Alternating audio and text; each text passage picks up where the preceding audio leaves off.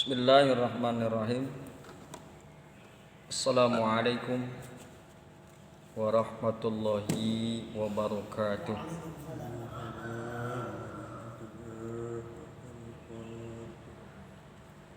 Pembahasan kita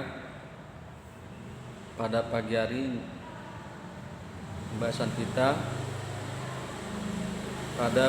ini yakni Al-Maidah ayat 113,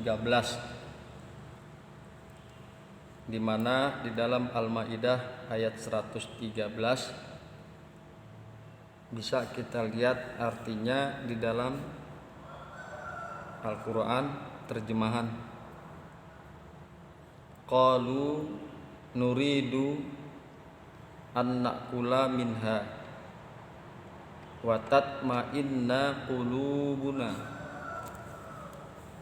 Qalu, mereka berkata,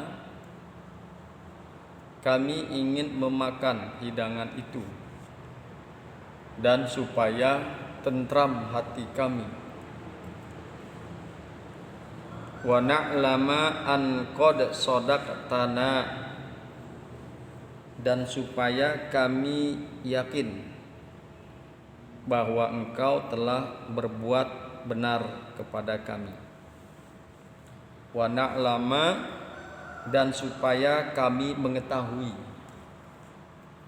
Wa na'lama an qad shadaqtana, dan supaya kami mengetahui bahwa sungguh engkau telah berkata benar kepada kami. Wa nakuna 'alaiha minasyahidin,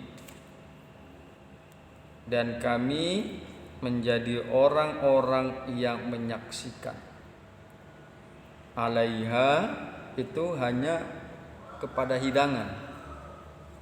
Jadi ayat ini masih berbicara tentang permintaan muridnya Isa alaihissalam, yaitu kaum Hawariyun, agar Allah menurunkan hidangan.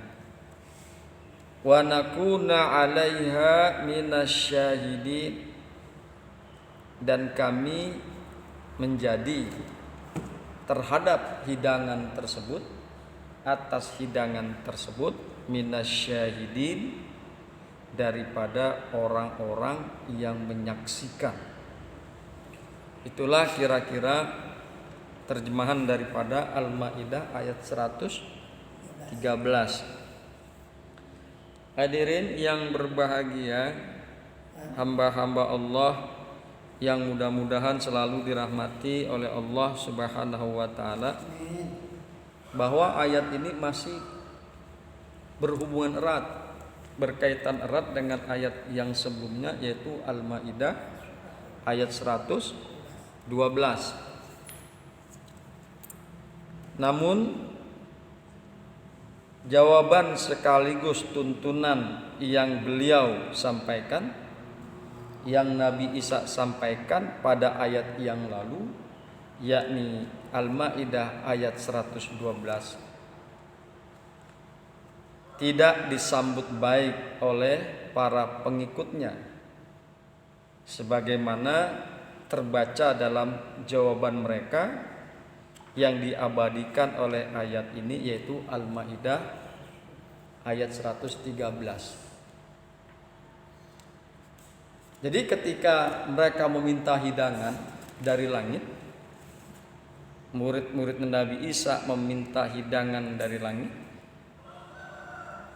izqala hawariyuna, dan ingatlah tatkala Hawariyun, yaitu murid-muridnya Isa alaihissalam, berkata, ya Isa ibna Maryam, wahai Isa putra Maryam, hal yastati'u rabbuka, apakah Tuhanmu sanggup, ayyunazzila alaina ma'idatan, dia menurunkan untuk kami hidangan, minas sama, dari langit. Itu permintaan murid-muridnya Isa alaihissalam. Akan tetapi kemudian dijawab oleh Isa alaihissalam, qala, sebagai tuntunan Isa kepada mereka, qala ittaqullah, takwalah kalian, kata Isa alaihissalam, in kuntum mu'minin, jika kalian adalah orang-orang yang beriman. Ajakan dan tuntunan Isa alaihissalam ini ya dijawab dengan jawaban yang kurang berkenan dari Hawariyun.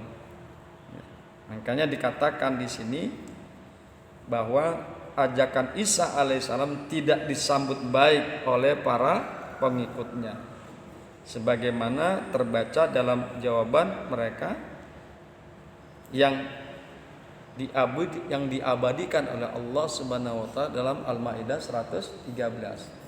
Jadi mereka kekeh minta tetap diturunkan hidangan dari langit. Ayat ini juga dapat dipahami dalam arti mengandung kesan kurang baik terhadap mereka, sebagaimana yang dikemukakan barusan, yang dikemukakan tadi, dan dapat juga dipahami dalam arti kesan yang baik, sebagaimana terbaca dalam penggalan ayat ini, tatma'inna qulubuna. Jadi ayat ini bisa ada beberapa ulama memiliki penafsiran yang berbeda-beda. Ada yang menafsirkan ayat ini memberikan kesan yang kurang baik dari pengikut Nabi Isa alaihissalam. Tetap kekeh mereka meminta makanan. Qalu nuridu an nakula minha. Mereka berkata, murid-muridnya Isa alaihissalam, kami berkeinginan memakan daripada hidangan tersebut. Kesannya kurang baik. Padahal Isa alaihissalam mengajak mereka, ittaqullah, udahlah, gak usah minta yang macam-macam, bertakwalah kalian kepada Allah, in kuntum mu'minin, jika kalian benar-benar orang yang beriman. Kemudian ada lagi ulama yang menafsirkan kesan baik. Ya. Apa yang ada di dalam kesan baik di dalam Al-Maidah 113 ini diantaranya tatma'inna qulubuna, ya, agar tentram hati kami, dan supaya tentram hati kami. Jadi biar hatinya tenang, yakin bahwasanya Isa itu adalah sebagai nabi dan rasul.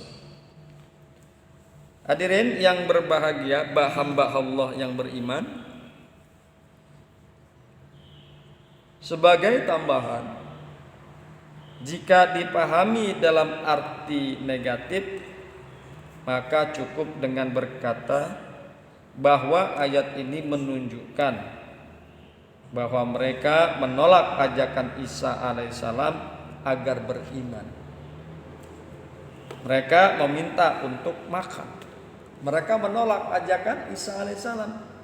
Ittaqullah, takwalah kalian kepada Allah, in kuntum mu'minin, jika kalian adalah orang-orang yang beriman.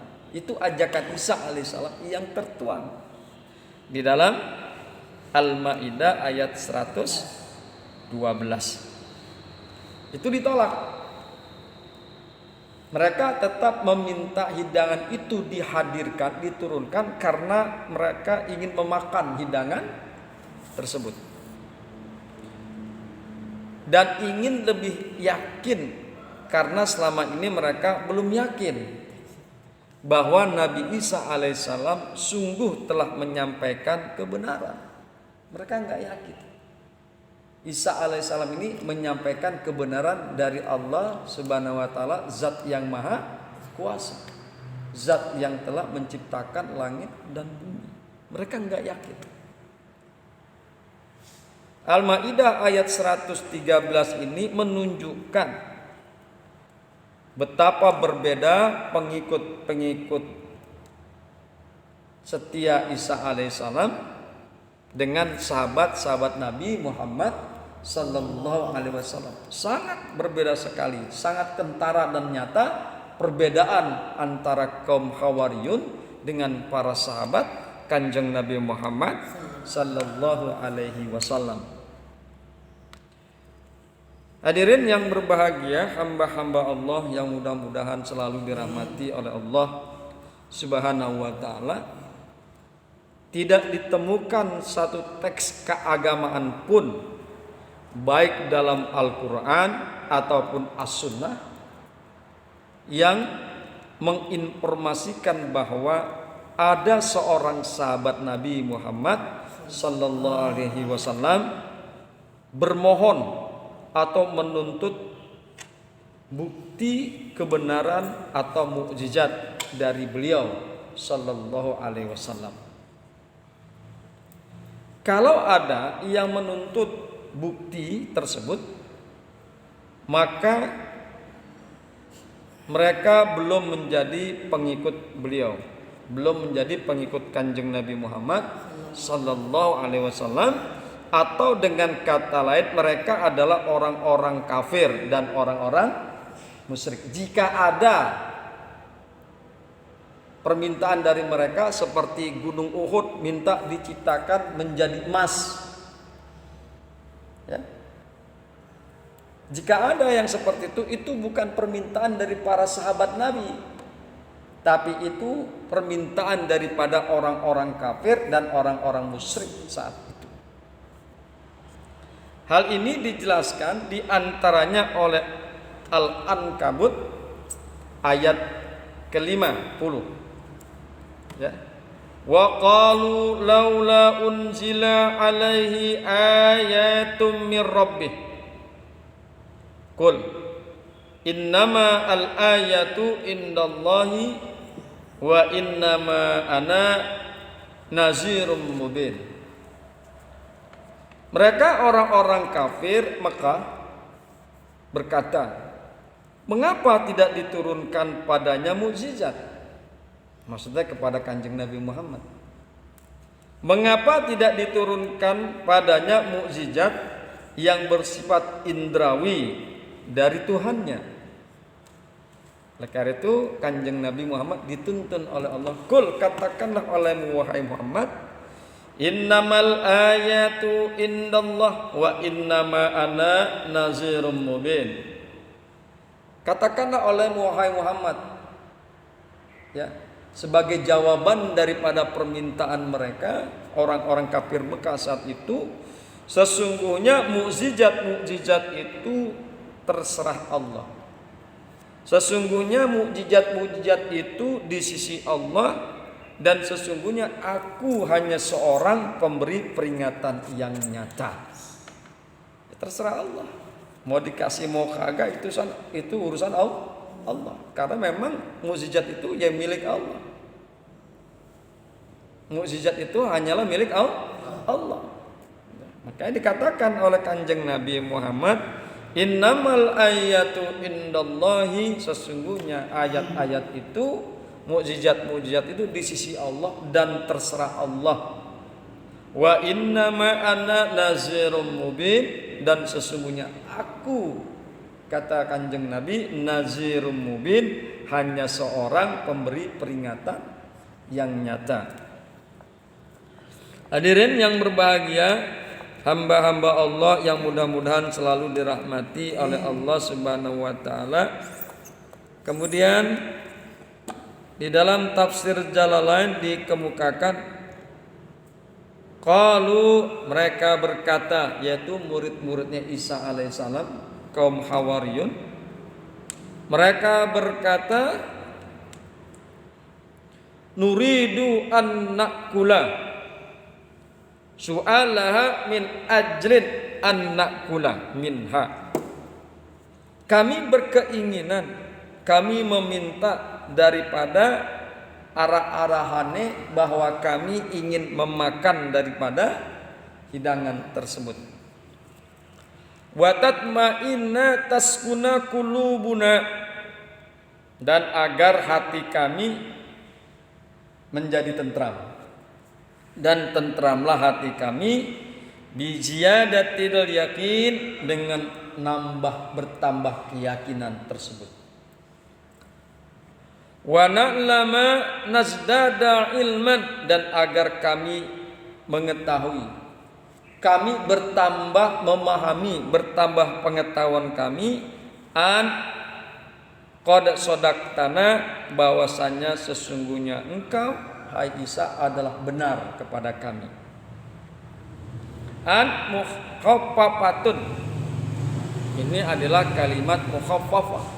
Maksudnya adalah annaka, bahwasanya engkau hai Isa, qad sodaktana, sungguh engkau telah benar kepada kami, fi ida'in nubuwati, di dalam pengakuanmu sebagai seorang nabi. Agar kami bertambah yakin bahwasanya engkau adalah seorang utusan Allah. Agar kami bertambah yakin bahwasanya engkau adalah nabi dan Rasulullah. Itu menurut mereka. Karenanya mereka sebagai ujian tersebut mereka meminta hidangan dari langit. Wa nakuna 'alaiha minasyahidin, dan kami menjadi atas hidangan tersebut daripada orang-orang yang menyaksikan. Hadirin yang berbahagia, hamba Allah yang mudah-mudahan selalu dirahmati Allah Subhanahu wa taala. Kemudian kita coba melihat apa yang dikemukakan oleh penafsir yang lain. Para nabi sebelum Nabi Muhammad sallallahu alaihi wasallam, termasuk Isa alaihissalam, selalu mengaitkan kenabian dan kerasulan dengan hal-hal yang bersifat supra-rasional, baik berbentuk sihir, gaib, mimpi, dan lain-lain. Masyarakat mereka termasuk masyarakat yang dijumpai oleh Isa alaihissalam membutuhkan bukti-bukti itu, karena mereka belum mencapai tingkat kedewasaan yang berpikir yang memadai. Mereka meminta bukti tersebut karena apa? Masyarakat saat itu belum sampai pada tingkat kedewasaan yang memadai. Hadirin yang berbahagia, hamba-hamba Allah yang mudah-mudahan selalu dirahmati oleh Allah Subhanahu wa taala. Kemudian menurut Nazmi Luke, seorang pendeta Mesir, dalam bukunya Muhammadun Ar-Rasul war Risalah, dalam bukunya beliau menulis dengan judul Muhammadun Ar-Rasulu war Risalah, seorang pendeta dari Mesir. Sama dengan membujuk anak kecil untuk makan. Padahal jika ia telah dewasa, maka ia pasti akan makan tanpa dibujuk. Masih kecil dibujuk makan, ayo makan. Seorang ibu kepada anaknya yang masih kecil atau ayahnya kepada anaknya, agar anaknya bisa makan selalu dibujuk, agar anaknya makan selalu dibujuk. Padahal ketika anak tersebut sudah menjadi dewasa, untuk makan tidak perlu dibujuk. Ketika kedewasaannya dia itu telah matang, untuk makan tidak perlu dibujuk. Pendapat tersebut lebih lanjut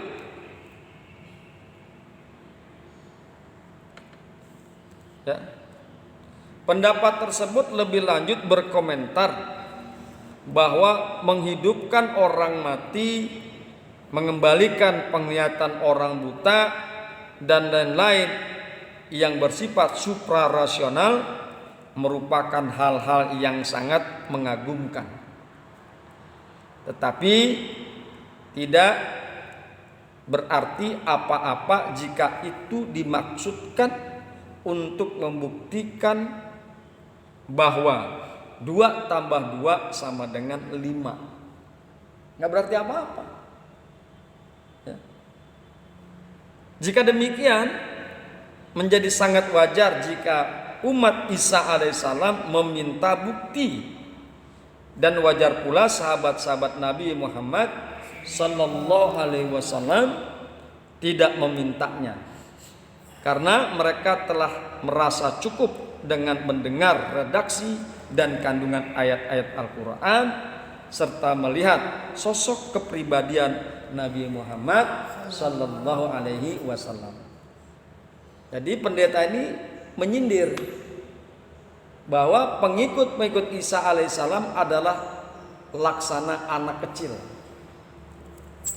Laksana anak kecil yang pola pikirnya belum sampai taraf atau tahap kedewasaan yang baik. Sedangkan pengikut-pengikut sahabat Kanjeng Nabi Muhammad yang tidak menuntut mukjizat, yang tidak menuntut bukti adalah laksana seorang dewasa yang memang pola pikirnya, kedewasaannya telah sampai pada tingkat yang optimal. Enggak perlu mukjizat. Dilihat saja redaksi Al-Quran, direnungkan. Enggak perlu mukjizat. Dia lihat saja bagaimana kepribadian Kanjeng Nabi Muhammad sallallahu alaihi wasallam. Karena apa? Kepribadian Nabi dengan orang biasa tentu berbeda. Hadirin yang berbahagia, hamba-hamba Allah yang beriman, demikian yang bisa kita kaji pada pagi hari ini, mudah-mudahan bermanfaat.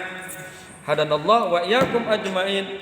Assalamualaikum warahmatullahi wabarakatuh.